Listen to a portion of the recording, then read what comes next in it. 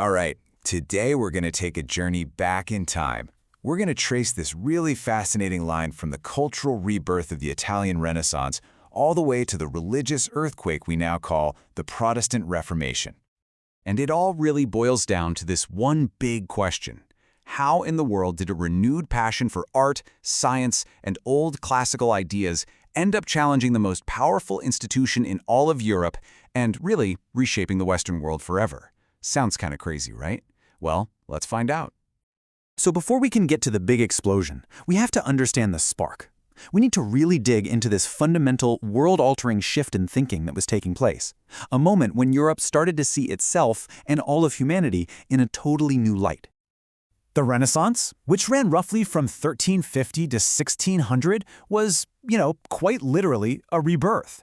After all the plagues, the political chaos, just the general mess of the 14th century, Europe was starting to move away from a pure survival mindset.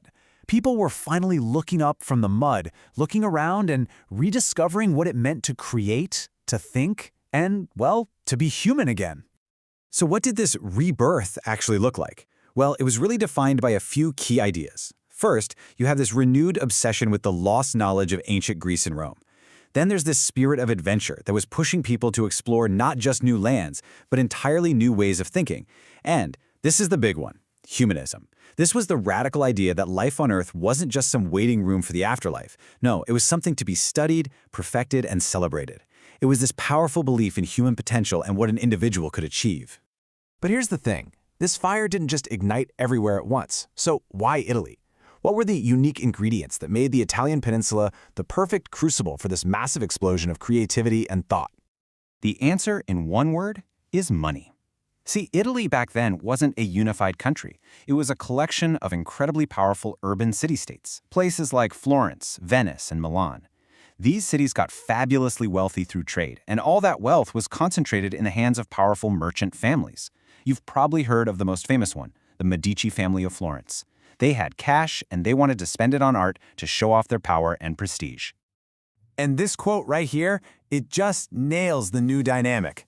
The old medieval system was all about your family name, your birthright. But for patrons like the Medicis, what mattered most was talent. They were on the hunt for geniuses who could create these incredible works that would bring glory to their city and, of course, their family name. It didn't matter where you came from, it mattered what you could do. So you've got this flood of cash funding a new focus on humanism and classical ideas. The stage was perfectly set for some of the greatest artists in history to just burst onto the scene. So let's take a look at the titans this era produced. And what talent it was. I mean, you've got Donatello, creating the first freestanding nude statue since ancient times, a super bold celebration of the perfect human form. Then Michelangelo comes along and perfects it with his marble David, an absolute icon of human potential. In his Sistine Chapel, God's finger is reaching for atoms, but look, they're almost equals, a stunningly humanist vision. Raphael's School of Athens literally puts human reason and philosophy at the center of the universe.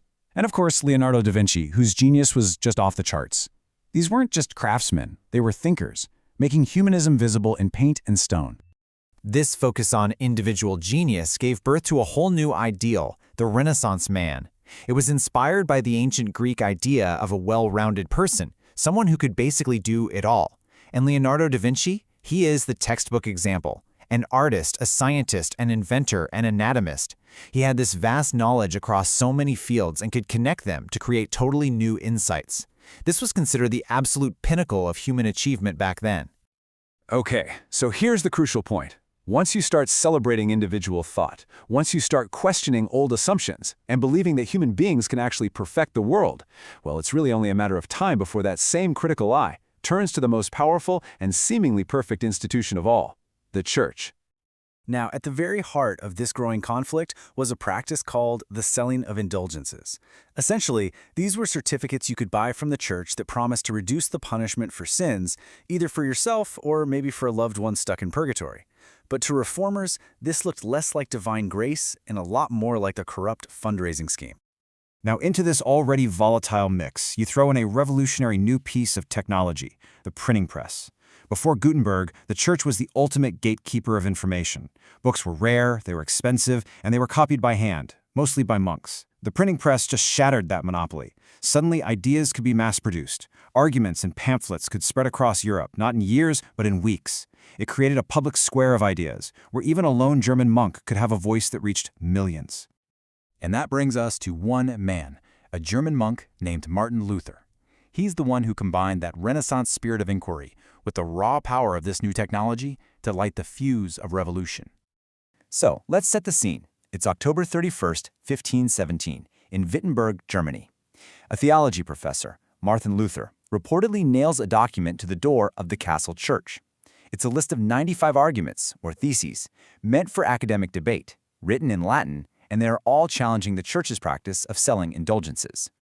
Now, thanks to that printing press we just talked about, Luther's arguments didn't stay locked away in academic Latin for long. Oh no, they were translated into German and they spread like absolute wildfire. And they were explosive. I mean, just look at Thesis 32. He's not just questioning the practice, he's saying that anyone who relies on these little pieces of paper for their salvation is heading for eternal damnation. This was a direct shot at the church's authority. And then he frames it as a moral crisis. In Thesis 45, he argues that real Christian work is helping the poor, not buying bits of paper. To Luther, spending money on an indulgence while you ignore a person in need wasn't buying God's favor, it was buying God's anger. And right here, in Thesis 66, he delivers the knockout blow. He uses this powerful metaphor, calling indulgences nets, used not to fish for the souls of men, but for their money. He was flat out accusing the church of running a spiritual scam, preying on the fears of the faithful just to make a buck. The Renaissance had opened the door to questioning authority, and Martin Luther had just kicked it wide open. And so, we end right back where we started, with the power of ideas. From the rebirth of classical art to a full-blown revolution in faith, the thread connecting them is a shift in how we think and how we share information. The printing press was the catalyst back then. It really makes you wonder, what technology is playing that same role in our world right now?